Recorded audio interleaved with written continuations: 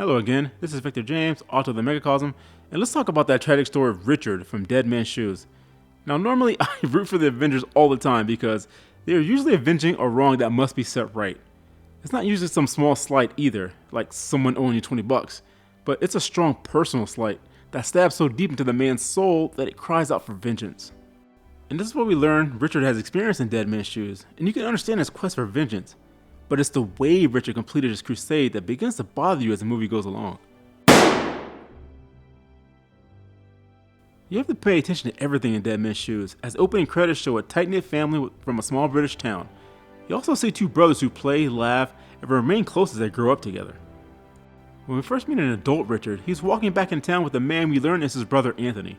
He's wearing a bland green jacket and carrying a duffel bag, so we can assume that he's military. Richard visits a house. We see black and white flashbacks of Anthony at that very house, being hassled and harangued by various men. Richard takes up living in an old barn where Anthony tries to talk him out of doing what he has planned. Things become very intense when Richard and Anthony are sitting in a pool hall and a man named Herbie enters. Anthony immediately alerts Richard by saying, "Ease one, bro." And Richard turns and stares a hole right into Herbie. Of course, a person's gonna notice when someone is staring right at them, and Herbie plays a tough guy, which quickly gets stomped down by Richard when he says this. Can't we, Matt? Sorry? The fuck are you looking at? You cunt. This is an amazing burst of anger that cowed Herbie immediately. He wanted no part of Richard and quickly exit. After Herbie picks up some drugs from his boss Sonny, he is met in an alley by Richard, who gives him the most passive-aggressive apology you'll ever see. It's not until Herbie meets up with Tough and Saz, you really gotta love British nicknames, that he tells him the story about meeting Richard. When he tells him that he believes Richard is Anthony's brother, the man's face immediately falls. We get more black and white flashbacks to the three men along with Anthony. We can see that Anthony is a bit slow mentally, and is just going along with the men who get him drunk and ply him with drugs. Back to the present, and Herbie, Tough, and Saz party and take drugs. Then Herbie decides to finally go home. Everything's actually going pretty fine until he's met by a man in a mask outside the apartment door. Now my first thought was, why didn't one of them shoot the other? But then I remembered this is England, and they've basically been disarmed, so this is about as frightening as it gets for the average Brit. Scared out of his pants, Herbie runs and gets his mates, and they spill out into the streets, eventually thinking Herbie's just high because it's empty. Yet as they return to their flat, they find it vandalized with the words chain stoking, which are the ragged breaths just before somebody dies. Herbie freaks out when he realizes that the drugs have been stolen because those drugs belong to his boss, Sonny.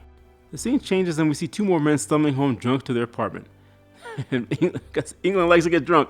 Anyway, when they fall asleep, we see Richard in his mask standing above them. He stares down at them, but instead of harming any of them, he just shakes his spray paint can.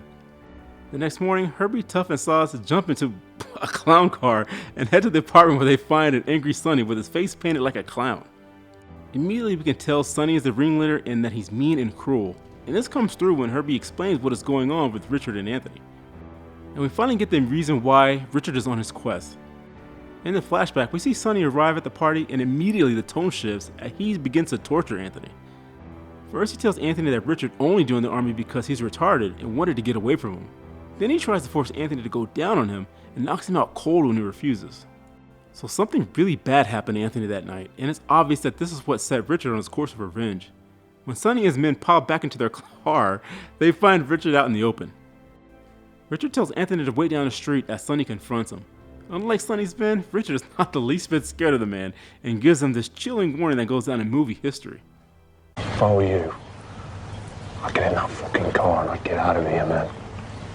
I'd gather them goonies and get whatever you've got and come with me. Because I'm gonna fucking hit you all. And Richard makes do in that threat as he methodically takes out the men who harmed his brother. Yet his revenge is dark and brutal. He doesn't just kill the men who harmed Anthony, but makes sure they know it's him and they see him coming. After Taz decides to flee, Richard spikes the remaining three's tea with the acid he stole from Herbie, just so he can kill the men one by one in brutal fashion. He's taking joy in their pain and their humiliation as he does so. Yet this goes beyond the pale of just revenge, it seems. There is a darkness inside Richard that he's unleashing on these men. The leader, Sonny, is surprisingly the first one he takes out when he takes him to another room, puts a bag over his head, and shoots him right in the brain. Then Saz is next, and Richard takes his time with him as he levels him up, puts his chin up, and puts his nose right through his brain.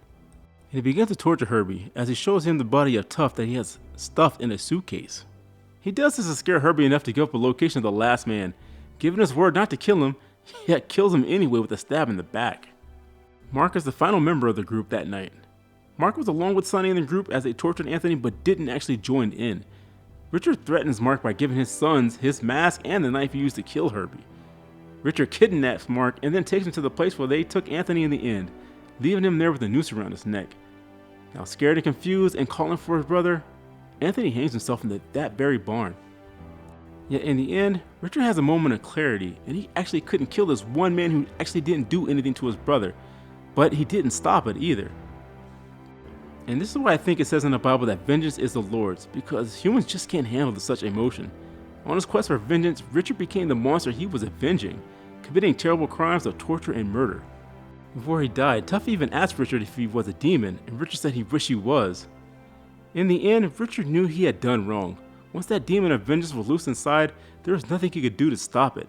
He even says he doesn't know what he will continue to do if he stayed alive, and we get a flashback scene of him with Mark's kids, indicating he could hurt them too if he wasn't stopped. The anger and rage that burned inside Richard had swallowed him whole, and he talks Mark into taking his life before he can cause more harm. Perhaps his sacrifice meant he did see his brother in the end after all. Just a reminder, you can buy my first book, Fiasco Adventures, on Amazon, or wherever books are sold. There's also my book, The Short Story of the Mark, which is selling very well, available for 99 cents on Amazon as well. And just a reminder that my website, themegacosm.com, where you can read short stories for free and buy my books there. But God bless you and keep you in 2026. That's it, I'm done.